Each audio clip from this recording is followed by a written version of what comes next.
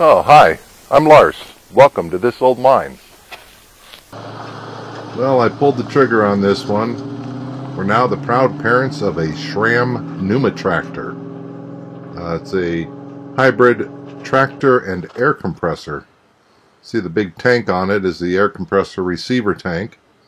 And it'll do 125 CFM at 100 PSI.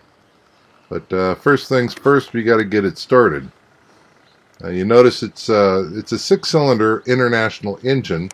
The first 3 cylinders are set up as a regular gasoline engine, but the last 3 cylinders are set up as the compressor. And it's kind of odd, but that's the way SRAM did things.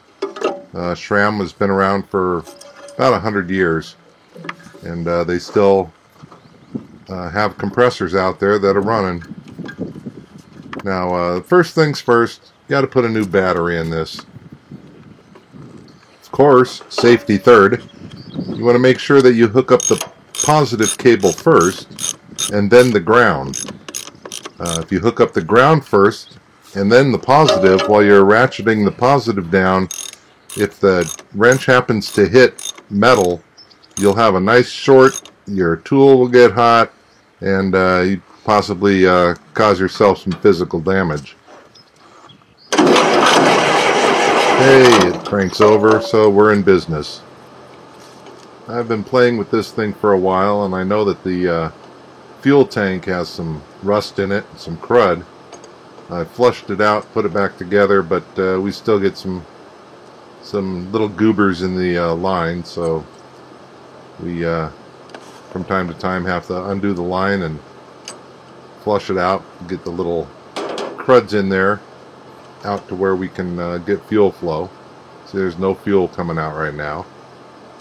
And this is a gravity feed system. The tank sits about a foot higher than the engine, so there's not a lot of fuel pressure.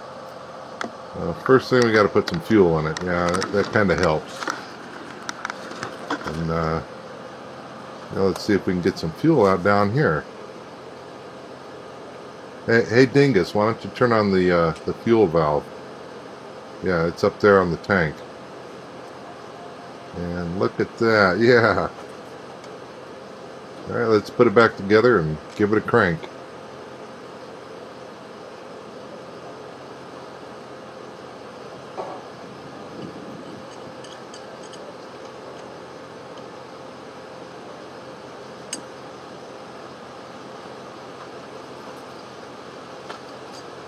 You know you're a real mechanic when you bleed 30 weight oil.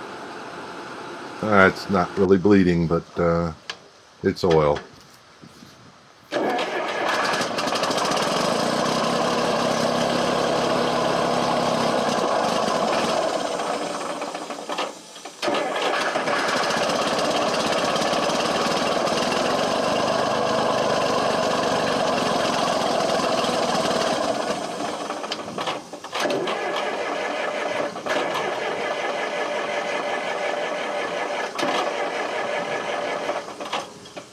Hey, how about not burning out the starter?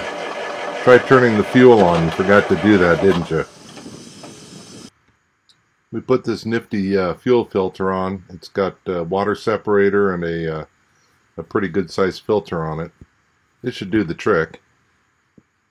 Don't forget to change the cookies. They are paramount in getting a good running engine. And of course, turn on the fuel valve.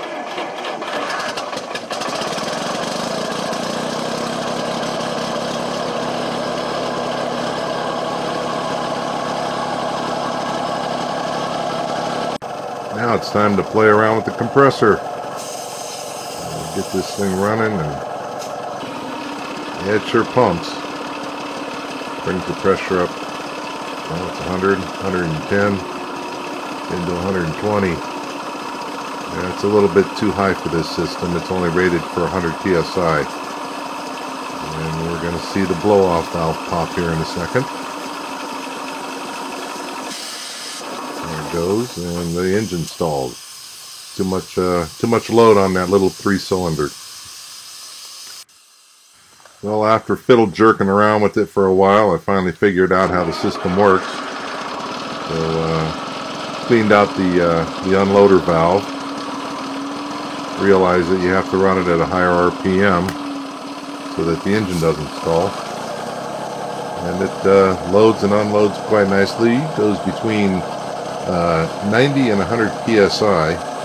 And to get from 90 to 100 psi takes about 5 seconds. So it pumps quite a bit of air. I'm quite impressed with this old technology. These tires are kind of old too. I think they're original. This one's a will blow. It will blow. This one here's a may pop. It may pop at any time. When you can see the air through the sidewall, you pretty much need to get new tires. The rear tires look good. The lugs are very prominent, but when they're peeling off the carcass, you know it's time to get new tires. There we are, back with our mine winch.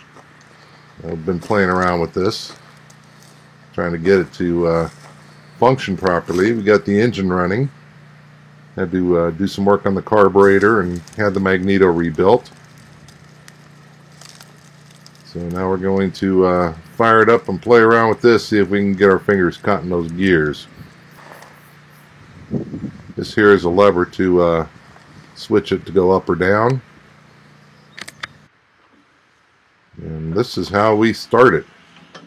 Now it does come with a crank that you can put on the side of the engine and crank it over by hand, but if it kicks back, that handle will come around and break your arm. We're going to throw caution to the wind and try it anyway. As long as you know what you're doing. Get it cranking over. Throw on the choke, and there it goes. I love the sound of these old single-cylinder engines. Oh shoot. Yeah, I tried putting it in gear. It turned the winch a little bit, but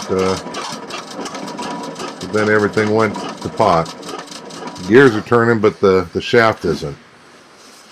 And here's our problem here, is this gear is not engaged with the shaft. And it looks like we're missing a key out of it. Without the key, there's nothing connecting the shaft and the gear together.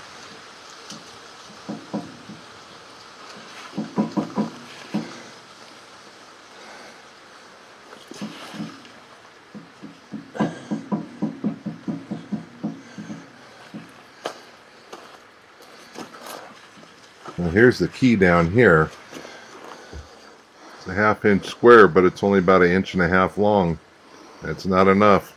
You can even see some shear force on there that is taking place over time. We're gonna have to take this apart and see what's wrong with it. That's just not right. So to move this out, we have to unbolt the engine from the base. And I'm using a piece of wood here to move the engine. The engine itself weighs 800 pounds. The whole unit is 2,100 pounds. And you don't want to use a piece of iron to pry it apart. You don't want to chip one of those gears. Those are next to impossible to get. You'd have to go out and have one made. All right, let's pull this gear off and see what we got going. And when it's on the shaft, it's not tight to the shaft. It has a little wobble to it. So we're probably looking at some shaft damage.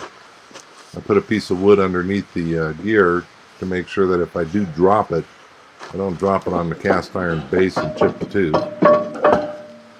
And all in all, the gear doesn't weigh more than 70 pounds or so. Yeah, we got some damage here. The entry of the keyway, you can see where the cast iron broke off from that key being too damn short. And there's the shaft that it sits on. We'll clean it up and see what we've got going here. It doesn't look too damaged. Here's the key that was in there and the key that should be in there. 1/2 inch square key, 2 inches long, which fills up the keyway. Try and get it in here. With all this rust, things don't quite fit together, so we wire brushed it. Once I took a wire wheel to the shaft and got the keyway cleared out, I inserted the key and found out I couldn't slide the gear onto the shaft. Then I realized what they had done.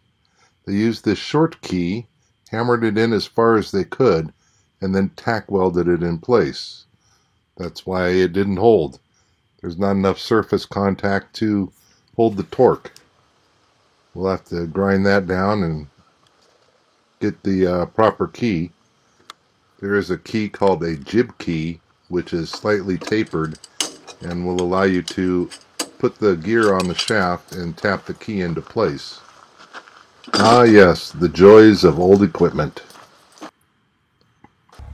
Well, that's about it for today. Hope you enjoyed the tour. Complimentary refreshments will be served in the garden. And don't forget to visit the gift shop. See ya!